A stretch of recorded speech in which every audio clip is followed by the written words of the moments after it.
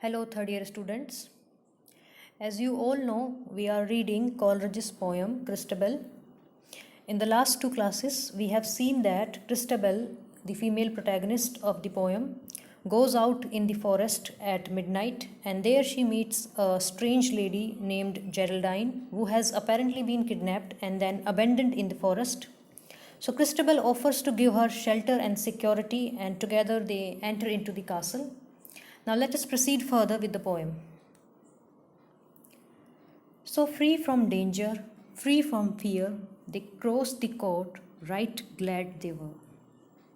Christabel, along with Geraldine, has now entered into the castle, feeling secured and safe, free from danger, free from fear. They crossed the court, right glad they were, and together they have crossed the castle court and they are happy, they are very glad.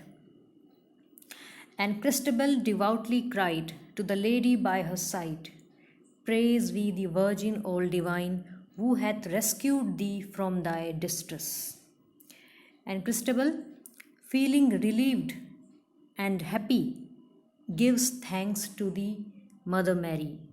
Let us praise we the Virgin all divine, who hath rescued thee from thy distress, who has rescued Geraldine from trouble. Alas, alas, said Geraldine, I cannot speak for weariness. But Geraldine, on the other hand, shows her inability. Alas, she is expressing grief.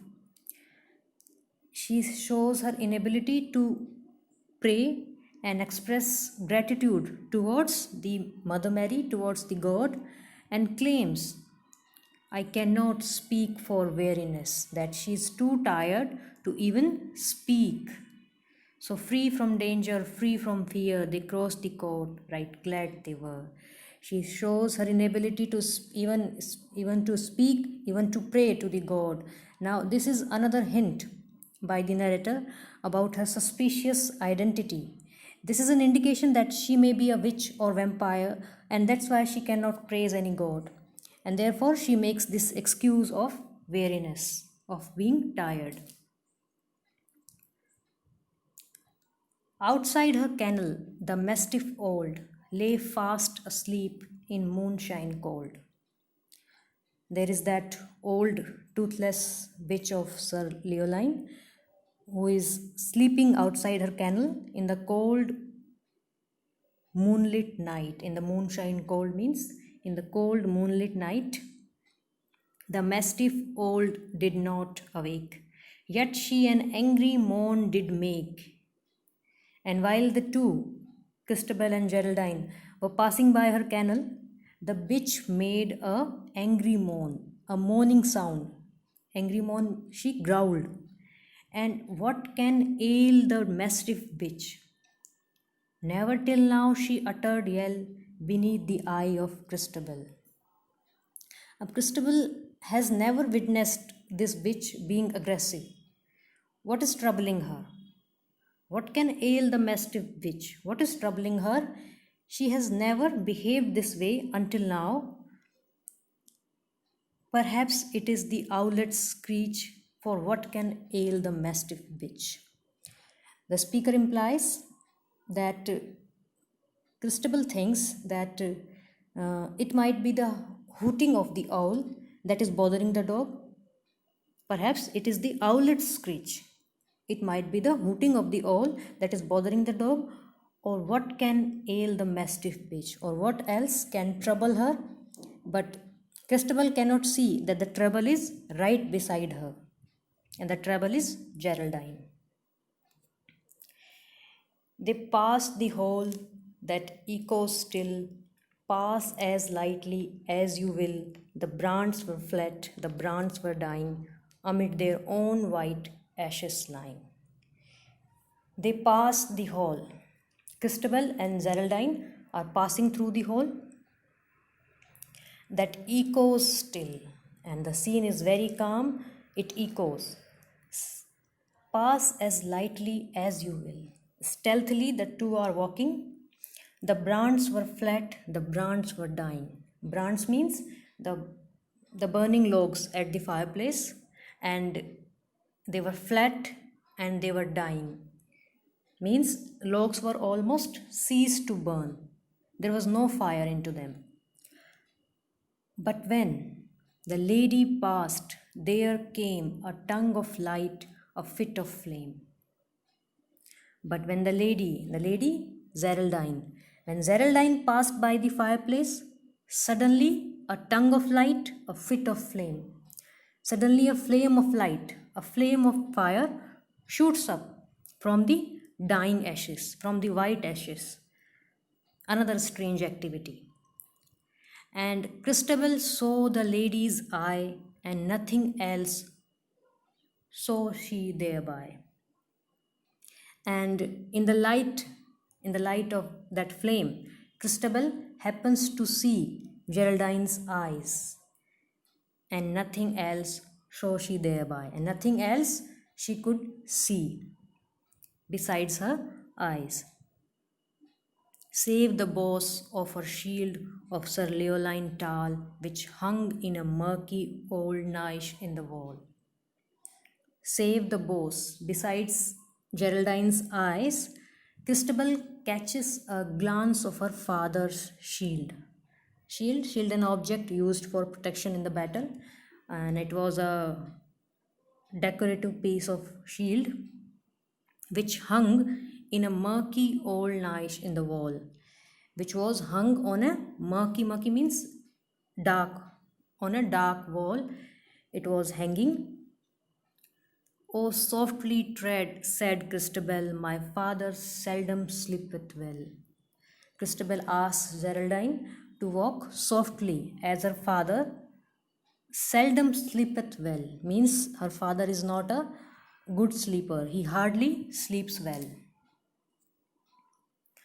Sweet Christabel her feet doth bear, and jealous of the listening air, they steal their way from stair to stair, now in glimmer and now in gloom, and now they pass the baron's room, as still as death, with stifled breath. Christabel her feet doth bear. Christabel is barefooted and jealous of the listening air, and suspicious that their noise might reveal them. Listening air. Listening air means the air is listening to the surrounding noises, the noises that is created by their walking. They steal their way from stair to stair. They're climbing silently on stairs, now in glimmer and now in gloom. Glimmer means the shine, the light.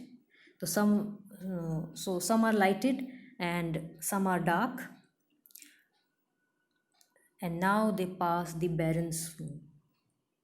They pass by the baron's room, Baron, Sir Leoline. Sir Leoline's room, they are passing by the Sir Leoline's room. It as still as death, with stifled breath. It is so still, so silent, that it is a possibility that he must be fast asleep.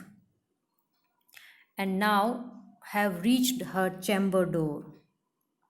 And now doth Geraldine press down the rushes of the chamber floor.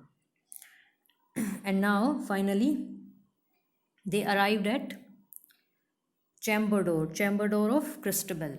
They have arrived at Christabel's room, and now doth Geraldine press down the rushes of the chamber floor. Rushes is a type of carpet which is a sweet smelling grass thrown on the floors of castles and medieval homes. And Geraldine steps upon the rushes of the room's floor. The moon shines dim in the open air, and not a moonbeam enters here. The moon is shining dimly outside in the open air, and not a moonbeam enters here. But in the room of Christabel, there is no moonlight. There is no moonbeam. It is dark. But day without its light can see the chamber carved so curiously, carved with figures strange and sweet, all made out of the carver's brain for a lady's chamber meet. but they, without its light, can see. They can see. Anyway, the chamber carved so curiously, the chamber which is decorated and designed uniquely, curiously, carved with figures strange and sweet. It is decorated with carvings of figures that are strange and beautiful. The room is all made out of the carver's brain. The room is purely a product of the imagination of the carver's brain, the artist's brain. For a lady's chamber meet, and the decoration is according to a lady's room, fully appropriate for a lady's room. The lamp with twofold silver chain is fastened to an angel's feet. And there is a lamp hanging from silver chains attached to the feet of a carving of an angel. There is a carving of an angel in Christabel's room. The silver lamp burns dead and dim, but Christabel the lamp will trim. And the silver lamp in Christabel's room is burning low. It's not very bright, and it is dark in her room. But Christabel the lamp will trim. Christabel trims the lamp, and now it burns brighter. Now there is light in her room. She trimmed the lamp and made it bright and left it swinging to and fro. The lamp is swinging to and fro while Geraldine, in wretched plight, sank down upon the floor below. Once the lamp burns brighter, Geraldine suddenly becomes in wretched plight. In wretched plight means she becomes miserable, as if she was in pain, sank down upon the floor below, and she sits down to the floor. Now, it is a possibility that she might have caught a look at the angel carving in the light, and she, being some sort of evil creature, couldn't bear the sight of an angel. "O weary Lady Geraldine, I pray you drink this cordial wine."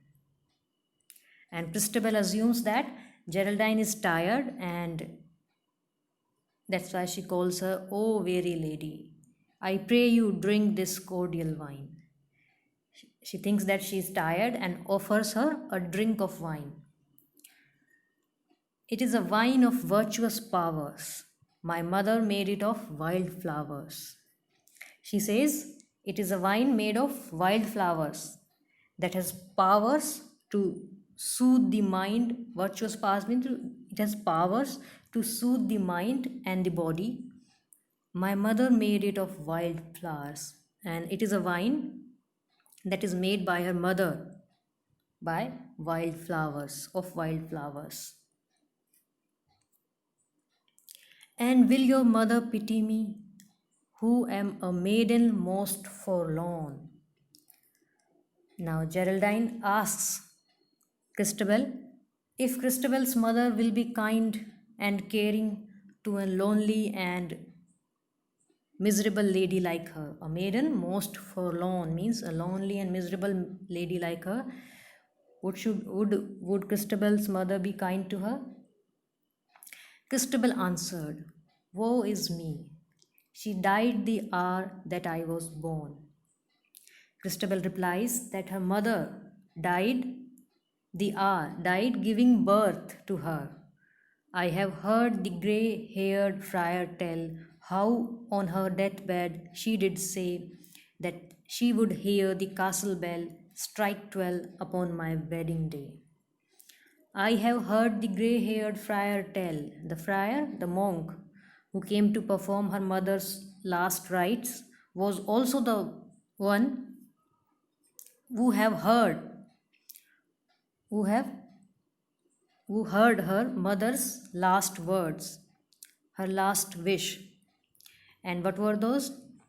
That she should hear the castle bell strike 12 upon my wedding day, that she would be around as a spirit until She hears the bells.